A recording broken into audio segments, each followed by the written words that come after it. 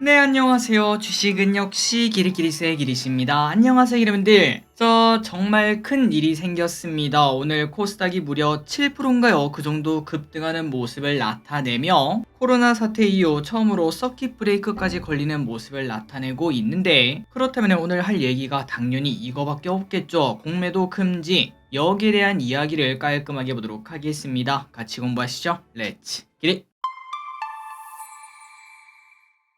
주말 사이에 깜짝 소식이 나왔습니다. 그거는 어닝 서프라이즈보다 더 대단한 공매도 금지 소식인데요. 그래서 오늘 에코프로 등 2차 전지가 상한감이 급등하는 모습을 보여줬고, 이 상승세가 더 이어질 것이다, 이러한 경고를 공매도 세력들에게 보내는 걸 확인할 수 있었습니다. 다만 이 와중에 몇몇 증권사라든지 몇몇 전문가들은 공매도 금지는 뭐 잘못됐다, 미래를 보면은 더 나쁘다, 요런 얘기를 하고 있긴 하지만 저 기릿은 솔직히 조금 다르게 생각하고 있는데, 여튼 공매도 금지에 대한 여러 이야기를 한번 쓱 보도록 하겠습니다. 일단 첫 번째입니다. 공매도 금지, 과거에는 독이었다. 아마도 여러분들 오늘 많이 궁금하셔서 이러한 뉴스 기사나 아니면 뭐 전문가들의 말, 그런 것들을 많이 보셨을 거라고 생각해요. 하지만 저 기릿의 짧은 생각으로는 주변에 혹시나 진짜로 이렇게 생각하는 사람이 있다면 정말 주식시장에 대해서 조금 또 생각을 안 하는 사람이라고 저는 생각하고 있습니다. 그렇다면 그 이유가 뭔가? 바로 공매도 금지, 과거에는 오히려 뭐 증시가 떨어졌다, 이 근거가 뭐냐면은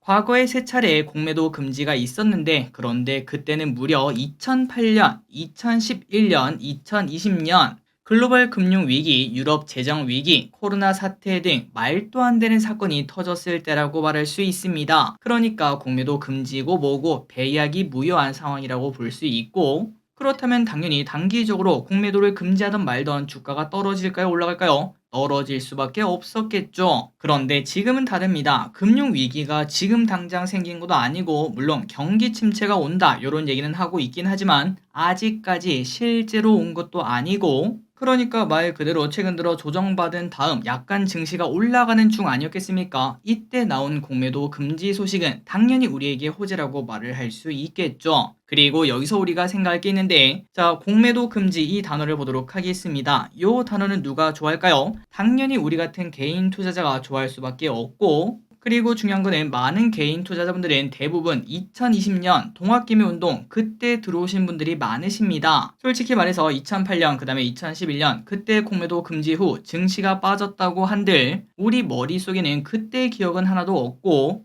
2020년도에 바로 공매도 금지 이후에 주가가 바로 상승이 나타나는 걸 확인할 수 있었죠. 그러니 우리 머릿속에는 공매도 금지는 결국 주가 상승으로 이어지겠다라는 공식이 성립이 되어 있습니다. 그 와중에 만약에 오늘 증시가 그냥 좀 지지부진했다, 조금 오르다가 오히려 음봉으로 끝났다, 그랬다면 별일 없이 끝날 수 있었겠지만, 하지만 오늘 증시로 한 번 더 이 공식을 증명을 했기 때문에 앞으로 증시는 더 큰 악재가 나타나지 않는 이상, 갑자기 미국 증시가 뭐 2, 3% 빠지는 그런 모습이 나타나지 않는 이상 더 올라갈 수밖에 없다는 거 아마도 여러분들 동의하실 거라고 생각합니다. 그렇기 때문에 혹시나 뭐 주변에서 공매도 금지 과거 3번의 사례를 보니까 뭐 단기간으로 주가 더 빠졌더라, 그런 얘기를 들으신다면 그냥 사뿐히 무시하시면 될 것 같습니다.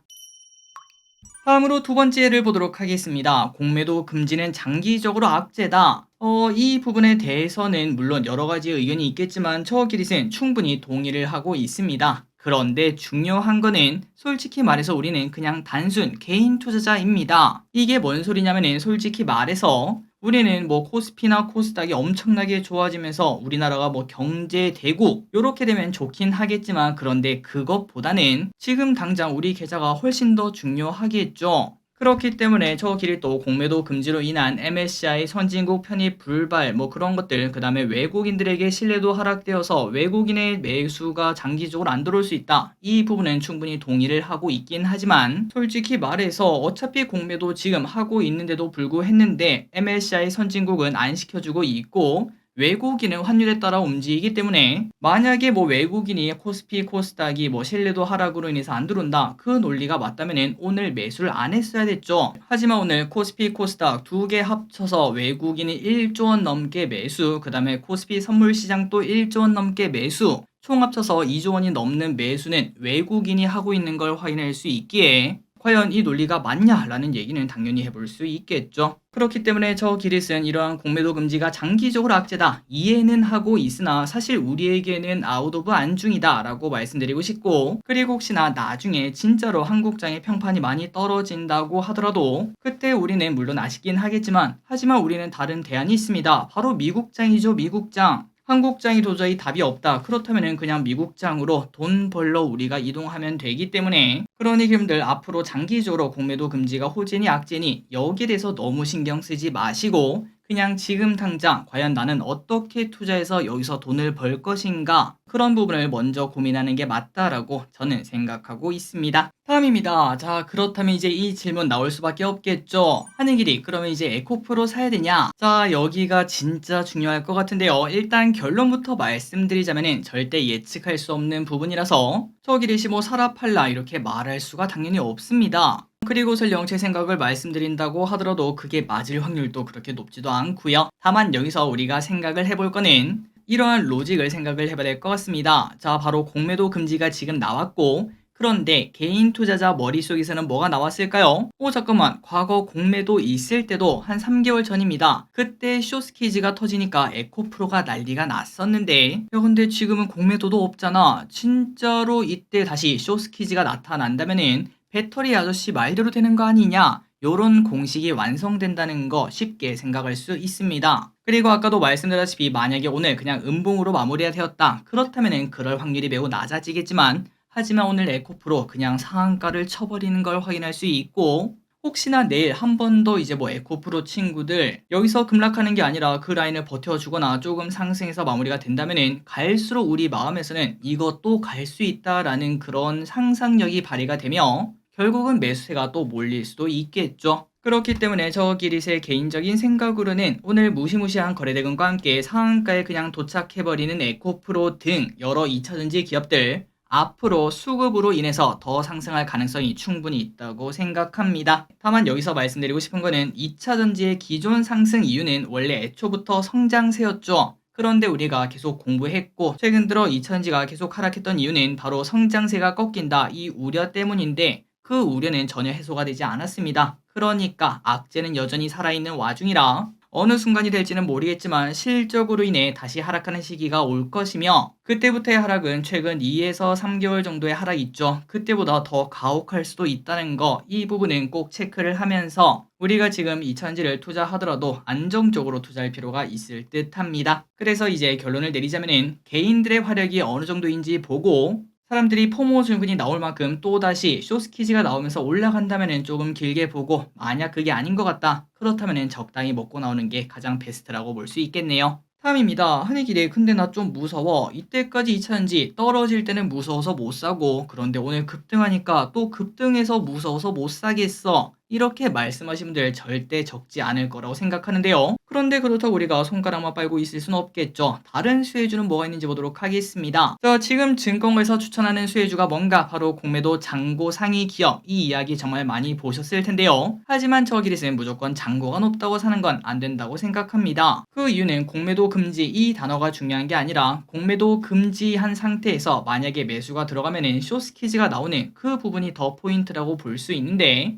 사실 지금 공매도 비중 1위는 바로 호텔신라죠. 그런데 이 친구가 공매도가 사라졌다고 하더라도 우리가 이 친구를 강하게 매수할 일이 있을까라는 생각은 해볼 수 있겠죠. 물론 앞으로 상승세를 조금은 탈 수 있고 앞으로 실적 개선 등의 기대로 사는 건 괜찮다고 보지만 단순히 공매도 금지 때문에 사는 거는 안 된다고 생각합니다. 그리고 또 이러한 생각을 받쳐주는 근거 중 하나는 오늘 호텔신라 처음에는 매우 뜨거웠으나 하지만 음봉으로 끝나버리는 걸 확인할 수 있죠. 그렇기 때문에 단순히 공매도 잔고 상위 기업들만 보고 이것 쭉 매수하는 거 그것도 뭐 괜찮은 방법 중 하나로 볼 수 있지만, 이왕이면은 그 안에서 쇼스키즈가 나올 만한 친구들은 뭐가 있을까 여기에 집중하는 게 더 좋다고 생각하고요. 그리고 참고로 공매도 잔고 상위 기업들 뭐가 있나, 호텔신라, 롯데관광개발, SKC, 후성, 두산퓨얼셀, 현대미포조선, HLB, 휴마시스, NF, 에코프로, 네페스 이런 친구들이 있다고 하니까 과연 여기서 어디서 쇼스키즈가 나올까 이 부분을 생각하시면 좋을 것 같습니다.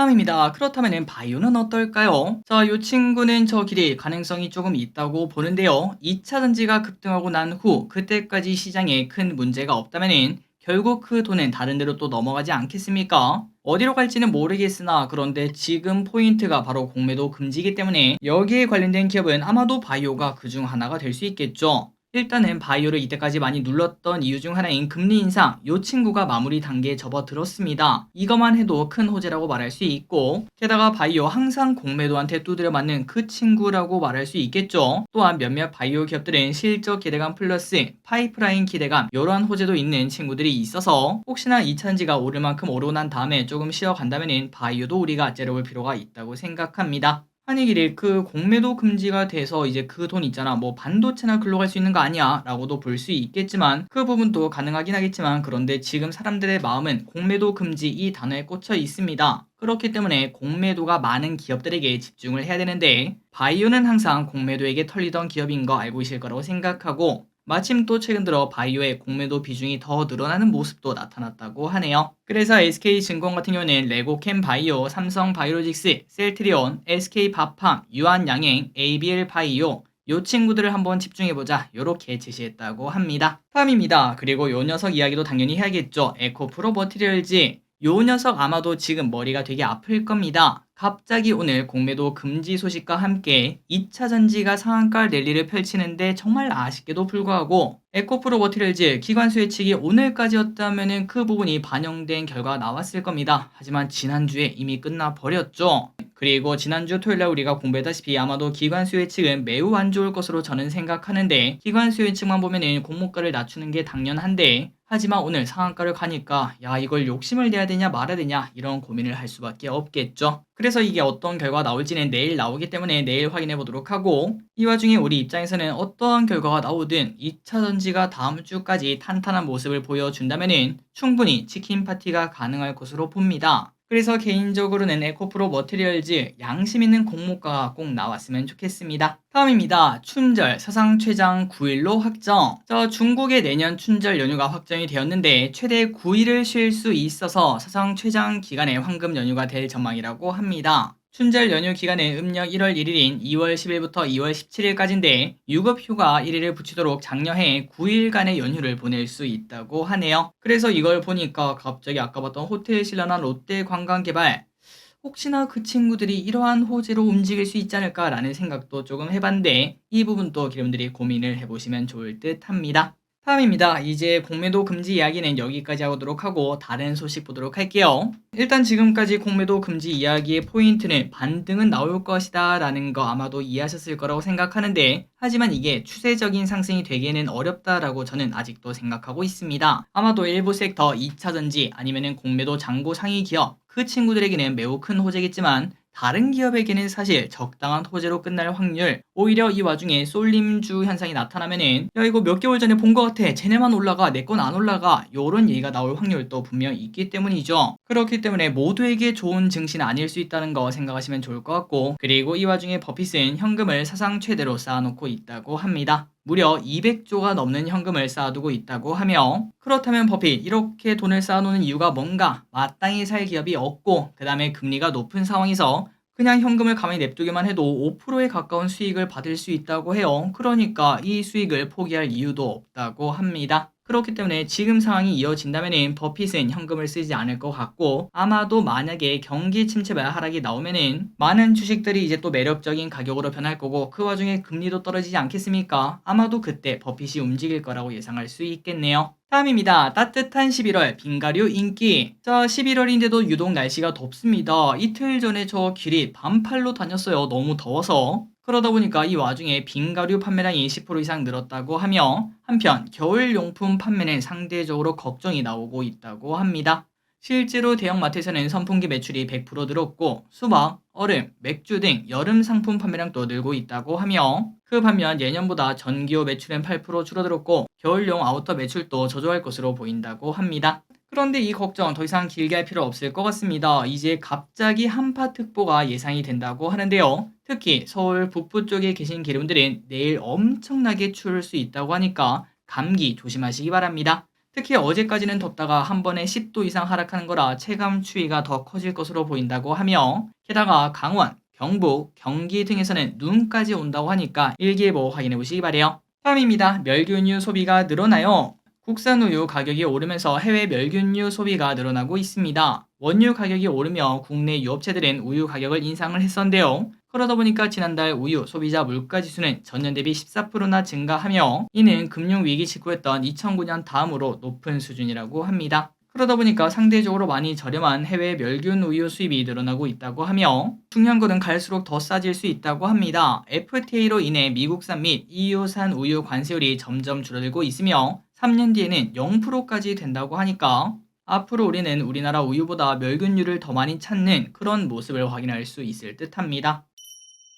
다음입니다. 이 와중에 불안한 점이 한 가지 있다고 합니다. 바로 은행이 또 미국에서 파산을 했다고 하는데요. 1929년에 설립되어 대공황 기간도 견뎌냈던 미국의 한 지역은행이 대출 손실로 파산했다고 합니다. 그 은행이 뭔가 바로 아이오와주 삭시티 소재의 지역은행 시티즌스 은행인데, 다만 빠른 조치가 나온 걸까요? 은행 예금은 모두 안전한 상태이고 수표나 ATM을 통해서 거래가 가능한 상태라고 합니다. 그렇기 때문에 증시에 큰 영향을 주진 않겠지만, 그런데 이 와중에 걱정은 나옵니다. 그때 2008년 기억나시죠? 2007년부터 하나둘씩 파산하다가 아유 이건 큰일 아닙니다, 다 잘 되고 있어요, 요런 얘기를 계속했지만, 그런데 하루아침에 붕괴됐던 거 기억하고 계실 겁니다. 이번에도 또다시 똑같은 시나리오 아니냐, 요러한 걱정이 나온다고 합니다. 다음입니다. 트럼프 대 바이든. 자, 미국 대선이 1년 앞으로 다가왔습니다. 6개 경합주의 여론조사에서 도널드 트럼프 전 대통령이 48%로 더 높은 지지를 기록했다고 하네요. 그래서 이 같은 분위기가 대선까지 그냥 이어졌다고 치면은 트럼프 전 대통령은 당선에 필요한 선거인단 270명보다 더 많은 300명을 확보할 것으로 보인다고 하며, 그렇다면 바이든이 걸었던 정책들 다 뒤집어질 수 있겠죠. 그래서 저기에서는 친환경에 대한 부정적 시각을 계속 가지고 있습니다. 계속 어떤 식으로 흘러갈지 보도록 할게요. 마지막 소식입니다. 원유 감산 연말까지 유지한다. 중동 지역 내 정세가 불안정한 상황에서도 사우디와 러시아는 원유 감산을 유지한다고 합니다. 유가가 빠르게 급락하진 않겠네요. 그런데 이 와중에 지금 이제 몇몇 또 전문가들은 전쟁이 더 이상 크게 번지지 않는 이상 세계 경제가 둔화하면서 말 그대로 경기 둔화, 경기 침체 걱정이 나오기 때문에 원유 수요는 감소해서 결국은 떨어질 것, 이러한 전망도 나오고 있다고 하는데, 과연 유가는 앞으로 어떤 식으로 흘러갈지 우리가 또 관심 있게 봐야 될 것 같습니다. 자, 오늘의 공부 여기까지 끝났습니다. 정말 태풍이 지나간 것 같은 그런 하루인데, 모든 기르분들이 만족할 만한 그런 하루는 아니었겠지만 그래도 많은 기르분들이 만족할 만한 하루가 되고, 그리고 내일부터 이어지는 또 증시도 기르분들이 원하시는 바 전부 다 이루는 그러한 장이 되길 진심으로 바랍니다. 지금까지 기르셨습니다. 빠이요.